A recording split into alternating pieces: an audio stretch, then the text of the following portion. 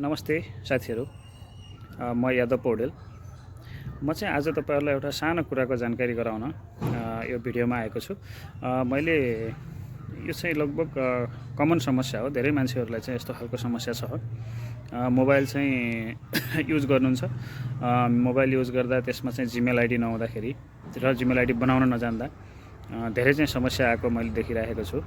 धेरै साथीहरूलाई चाहिँ यस्तो खालको समस्या पनि आउँछ र यस्तो गुनासोहरू पनि चाहिँ आउने गरेको छ।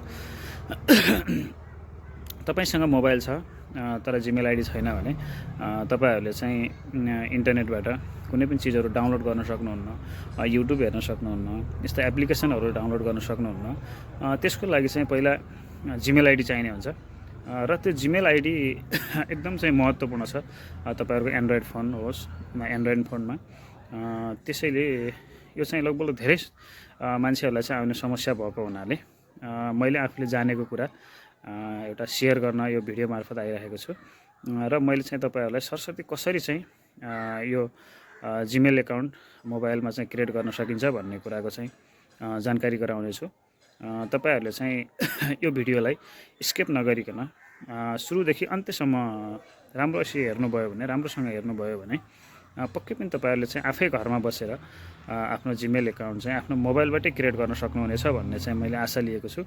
र यो भिडियो हेरिसकेपछि तपाईहरु आफूले चाहिँ आफ्नो मोबाइलमा जीमेल एकाउन्ट बनाउन सक्नुभयो या सक्नु भएन कृपया कमेन्टमा चाहिँ तल लेखिदिनु होला र लाइक शेयर सब्स्क्राइब चाहिँ गर्न नछुटाउनु होला कसैले पनि।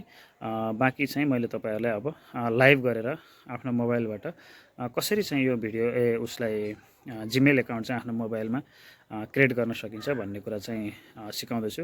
ल आउनुस् बाँकी भिडियोबाट है। सर्वप्रथम आफ्नो मोबाइलको स्क्रिनमा आउनुस्।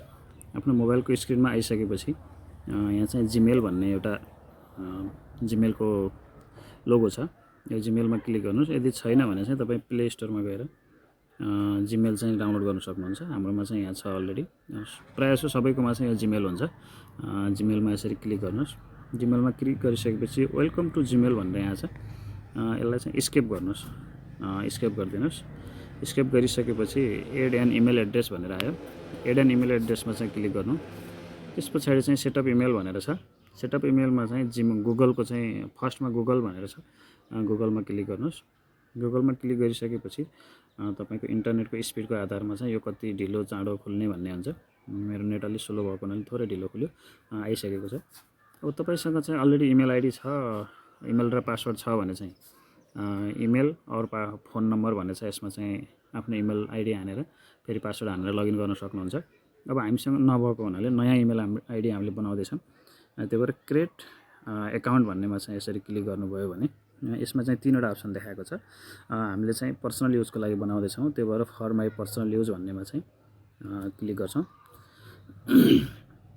अब यसमा चाहिँ आफ्नो नाम राख्नुपर्ने हुन्छ। तपाईको चाहिँ आफ्नो नाम के हो त्यही अनुसार नाम र फर्स्टमा चाहिँ नाम राख्नुस्। मेरो नाम चाहिँ यादव पौडेल हो, YADAVPAUDEL। यसरी चाहिँ मैले आफ्नो नाम सेट गरेँ। सेट गरिसकेपछि अब नेक्स्ट गर्छु। नेक्स्ट गरिसकेपछि बेसिक इन्फर्मेसन भन्ने आयो। यसमा चाहिँ तपाईले आफ्नो अंग्रेजीमा बर्थ डेट राख्नुपर्ने हुन्छ, डेट अफ बर्थ। अब यसमा फर्स्टमा चाहिँ दिन छ, सेकेन्डमा चाहिँ महिना छ र लास्टमा चाहिँ तपाई जन्मेको साल छ।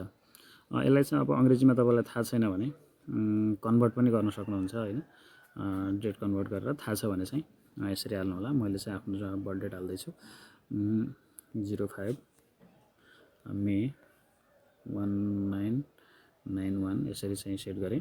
त्यसपछि जेन्डर सेट गर्नुपर्ने हुन्छ। जेन्डरमा चाहिँ तपाई मेल हो भने मेलमा क्लिक गर्नु होला, फिमेल हो भने फिमेलमा क्लिक गर्नु होला। म चाहिँ मेल भएको हुनाले मैले मेलमा क्लिक गरे। यसैगरी अब यसपछि नेक्स्ट गर्नुस्।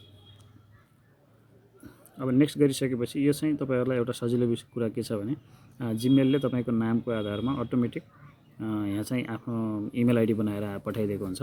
यहाँ शो भइसकेको छ तपाईको इमेल आइडी। मेरो इमेल आइडी चाहिँ फर्स्टको चाहिँ मलाई अलिकति यो धेरै अंकहरु भएको हुनाले, नम्बर भएको हुनाले मलाई चाहिँ ठिक लागेन। दोस्रो नम्बरको चाहिँ मलाई चाहिँ राम्रो लाग्यो। तपाईले पनि यसरी चाहिँ छान्नु होला, तपाईलाई कुन राम्रो लाग्छ त्यसलाई चाहिँ यसरी चाहिँ टिक लगाउनुस्। त्यसपछि फेरि नेक्स्ट गर्नुस्। नेक्स्ट गरिसकेपछि अब पासवर्ड राख्नुपर्ने हुन्छ। पासवर्ड राख्दा चाहिँ अलिकति ध्यान दिनु होला। यसलाई चाहिँ अलिक स्ट्रङ पासवर्ड राख्नुपर्छ हैन। स्ट्रङ पासवर्ड चाहिँ राख्नलाई कसरी राख्ने भने क्रिएट स्ट्रङ पासवर्ड यसले नै भनिदिएको छ यहाँनिर। फर्स्टमा चाहिँ मिक्स अक्षरहरू राख्नुपर्ने हुन्छ। हामीले मिक्समा चाहिँ लेटर, नम्बर एन्ड सिम्बल भनेर छ।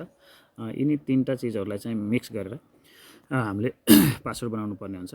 किनभने पासवर्ड चाहिँ अलिक स्ट्रङ नै हुनुपर्छ जहिले पनि। तपाईँको चाहिँ कमन खालको पासवर्ड भयो भने तपाईँको अरूले चाहिँ सहजै थाहा पाउने खालको हुन्छ। त्यसलाई चाहिँ त्यति सुरक्षित मानिँदैन। त्यो भएर तपाईँले चाहिँ पासवर्ड एकदम स्ट्रङ राख्नुपर्छ। जस्तो भनौँ मैले राखिरहेको छु @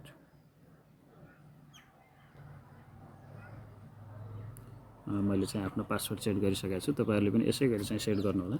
नेक्स्ट गर्नुहोस्। नेक्स्ट गरिसकेपछि यहाँ चाहिँ अब फोन नम्बर भनेर आयो।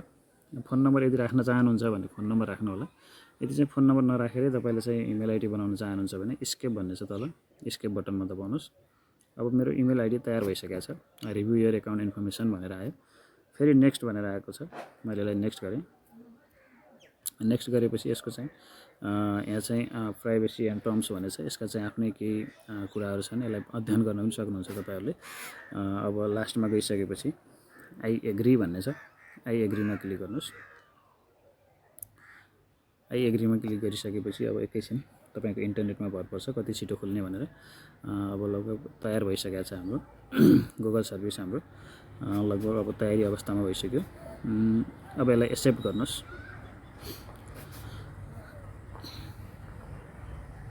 अब हाम्रो चाहिँ इमेल आइडी रेडी भइसकेको छ। अब टेक मी टु जीमेल भन्ने छ तल, यसमा क्लिक गर्नु होला। नभए यहाँ चाहिँ माथि देखाइसक्यो हाम्रो चाहिँ इमेल यसमा सेट भएर। यसमा फेरि क्लिक गर्नुहोस् अनि टेक मी टु जीमेलमा क्लिक गर्नुहोस्। तपाईँको डन गरिदिनुहोस्। अब हाम्रो जीमेल चाहिँ सेट भइसक्यो। यसमा जीमेल सेट भएर हाम्रो चाहिँ यहाँ खुलिसकेको छ। यहाँ चाहिँ गुगलले हामीलाई एउटा इमेल पनि पठाइसक्यो, गुगल कम्युनिटी टिमले। अब त्यसरी चाहिँ हेर्नु होला। अब चाहिँ yo let's get start Yadav भनेर चाहिँ एउटा हामीलाई चाहिँ गुगलले चाहिँ इमेल पठाइसकेको छ। अब चाहिँ तपाईँको यति गरिसकेपछि तपाईँको जीमेल चाहिँ रेडी भइसक्यो। अब तपाईँले युट्युबदेखि लिएर यसरी युट्युबहरू पनि चल्छ र तपाईँले कुनै पनि यस प्ले स्टोरमा गएर आफ्नोले चाहिँ चाहेको गेमहरू, एप्लिकेसनहरू अब मजाले चाहिँ डाउनलोड गर्न सक्नुहुन्छ। र यति गरिसकेपछि तपाईँको भइसक्यो। आइडी र पासवर्डलाई चाहिँ सुरक्षित राख्नु होला। जीमेल आइडीलाई चाहिँ टिपेर अथवा चाहिँ नोट गरेर केहीमा राख्न सक्नुहुन्छ र पासवर्डलाई पनि नोट गरेर राख्नु होला। फेरि चाहिँ तपाईँले कुनै समयमा यो जीमेल आइडी बिर्सिनुभयो, तपाईँको मोबाइल चाहिँ कुनै कारणवश तपाईँको लकहरू लाग्यो अथवा चाहिँ अन्य कुनै समस्या आएर यसलाई चाहिँ फर्मेट गर्नुपर्ने भयो भने त्यति बेला पनि तपाईँको चाहिँ जीमेल आइडी माग्छ। त्यसको लागि चाहिँ सुरक्षित राख्नुपर्छ। धन्यवाद साथीहरू, तपाईँहरू सबैले चाहिँ यसलाई राम्रोसँग हेरिदिनु भएको छ र मैले सिकाएको कुराहरू चाहिँ सिक्नुभयो होला भन्ने चाहिँ मलाई लागेको छ।